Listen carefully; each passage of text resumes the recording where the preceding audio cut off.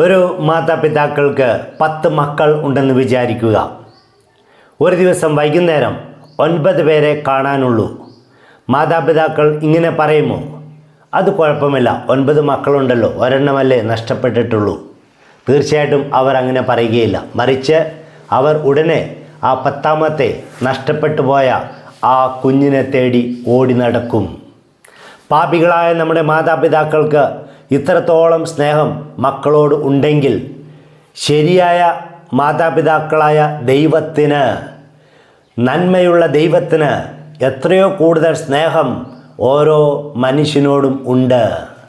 സ്നേഹമുള്ളവരെ, ആ ദൈവം ഒരു വ്യക്തി പോലും നഷ്ടപ്പെടുവാൻ ആഗ്രഹിക്കുന്നില്ല എന്ന് ബൈബിളിൽ ഉടനീളം പറയുന്നു. 1 തിമോത്തി 2:4, 2 പത്രോസ് 3:9 ഇവിടെ ഉദ്ധരിക്കുന്നത് ഇതാണ്. ഓർക്കുക, ദൈവം നമ്മളെ എല്ലാവരെയും ഒത്തിരി സ്നേഹിക്കുന്നു. ഈ ലോകത്തിലെ ഏറ്റവും കൂടുതൽ സ്നേഹം നമുക്ക് ലഭിക്കുന്നത് ദൈവത്തിൽ നിന്നാണ്. ആ ദൈവമാണ് യഥാർത്ഥ പിതാവും മാതാവും. ആ ദൈവത്തെ നമുക്ക് സ്നേഹിക്കാം.